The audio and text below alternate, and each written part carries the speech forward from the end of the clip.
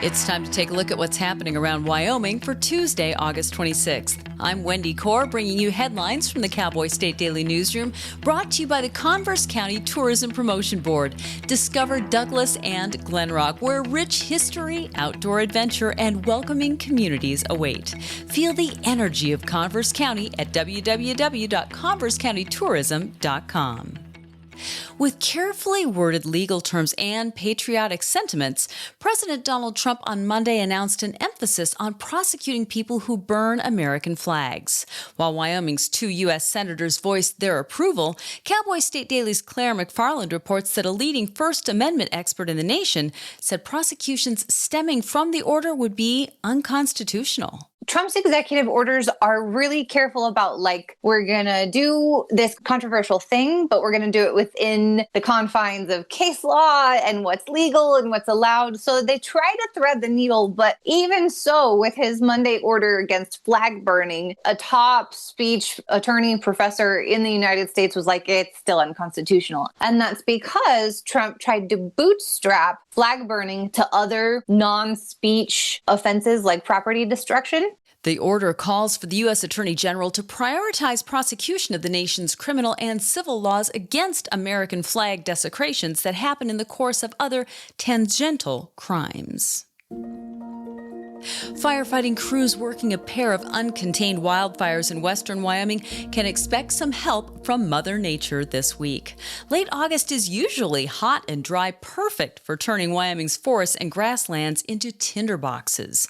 But Cowboy State Daily's Greg Johnson reports that this week will be abnormally cool and wet. These firefighting crews are finally going to get a little bit of help from Mother Nature here with these wildfires, especially the 2 burning in the western part of the state. Although they really haven't grown a whole lot in the last couple of days, they are still 0% contained. At least that's what they're reporting. So they're burning pretty hot. But the weather is really going to come through for them. Don Day says that pretty much for the whole week, they can expect it to be cooler. It's going to be more humid, and he won't guarantee it 100%, but he says they'll probably get some rain. In response to the Dollar Lakes and Willow Creek fires, Governor Mark Gordon signed an executive order Monday declaring those emergencies. A Maryland case of New World screwworm in a human being illustrates an important fact about the flesh-eating parasite that has the agricultural world on edge. The individual has since recovered, and there is so far no indication of any transmission to humans or other animals.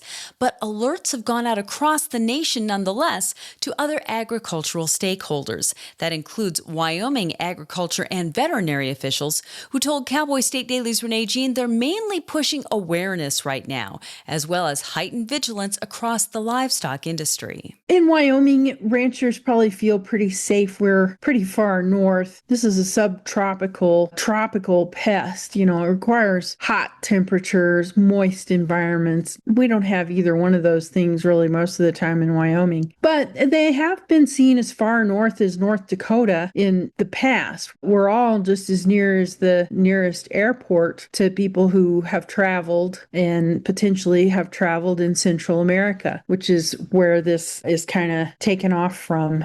Screwworms were once common in the southern United States up until the 1950s or so, and they cost the agricultural industry millions annually. The pests range from Florida to California, infecting all sorts of living, warm-blooded animals, not just cattle. Their scientific name, in fact, means man-eater in Latin. For 1 week in June, hundreds of Wyomingites across the political spectrum galvanized under the leadership of a purple-haired, outspoken female PhD from Laramie. Whether it was fate or a broken clock moment, Representative Carly Provenza has become the face of the Wyoming resistance to a proposed public land sell-off.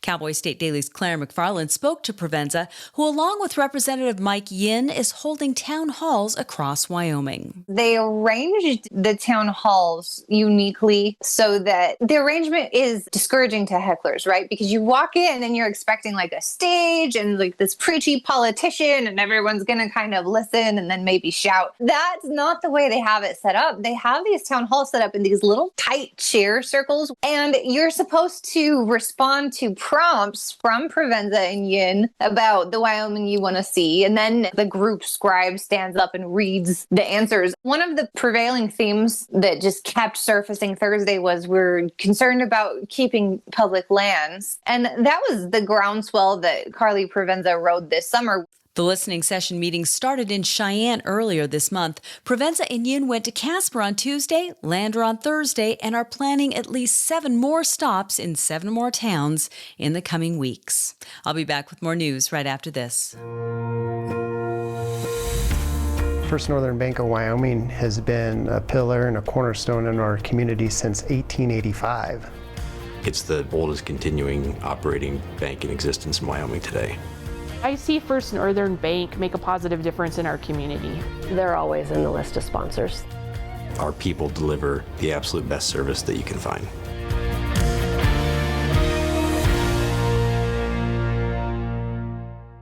The power is finally back on across much of southern Carbon County after lightning hit a power substation and left about 5,600 Rocky Mountain Power customers without electricity for more than 16 hours Sunday and Monday.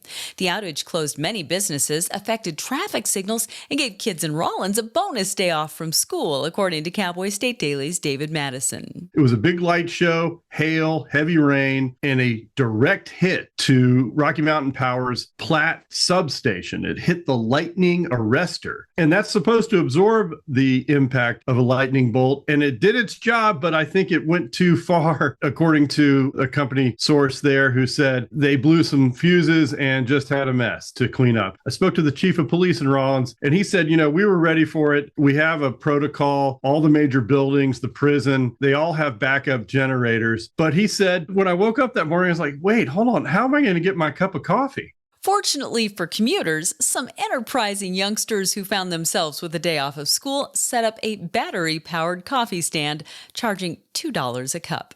The power returned at 11:30 a.m. The section of the Air Force that oversees the military branch's bases is ungrounding the Sig Sauer M18 handgun after pausing its use for a month over the July 20th shooting death of a Wyoming-based airman.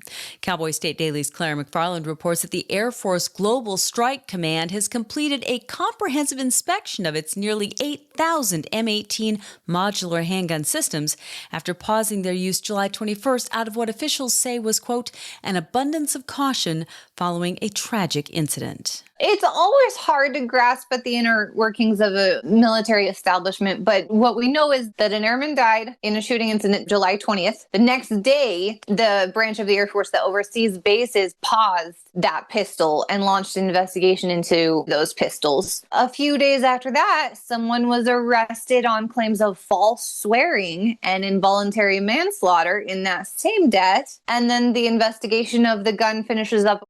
21-year-old Braden Loven died in a gunshot incident on July 20th. The base announced about 3 weeks afterward that a person had been arrested in the shooting on suspicion of involuntary manslaughter and making false statements. The Hillsdale College member Classical Charter School continues to grow as staff and students started the school year Monday in a new 36,000 square foot, $15 million building in Mills. The Wyoming Classical Academy, a charter school, celebrates its 3rd year of operations by moving into the new 2-story structure, and Cowboy State Daily's Dale Killingbeck reports that both students and staff are thrilled. They use a curriculum from Hillsdale College in Michigan, which is well known for its classical education and learning techniques. They start out in kindergarten and 1st grade. They have Spanish and they have Latin as they get in later in elementary. And then high school, they can have advanced Latin. They have American history, literature, all the kinds of classic learning that you think about. The students I talk to are excited to be there. The parents I talk to were excited to have their kids there. The school's mission statement informs parents that it will, quote, train the minds and improve the hearts of young people through a content-rich classical education in the liberal arts and sciences with instruction in the principles of moral character and virtue. And forget the night before Christmas, Santa hits Yellowstone National Park 4 months before Christmas. Employees of Xanterra Parks and Resorts celebrated Christmas in August on Monday, the 25th. Cowboy State Daily's Andrew Rossi reports that the event has been an annual tradition in Yellowstone for more than 70 years. On the night of August 24th, employees from Xanterra, that's the concessionaire that runs the hotels and restaurants in the park, they come out to Christmas Tree Rock and they decorate the trees. And then sometime on the 25th, National Park employees come out here to take down the decoration. So it's the morning of August 24th here in Yellowstone. You can see the tree behind me has a bunch of ornaments and cards attached to it. And there's a big red ornament on the top of that lodgepole pine on Christmas Tree Rock. Good-natured holiday fun during the busiest time of the year for the park. There may be no snow and the timing's not right, but Old Faithful Inn's a spectacular sight for that one day in August when everyone's there to see Yellowstone's wonders. So why not share the spirit of Christmas with cookies, fun, and great decorations at the peak of summer?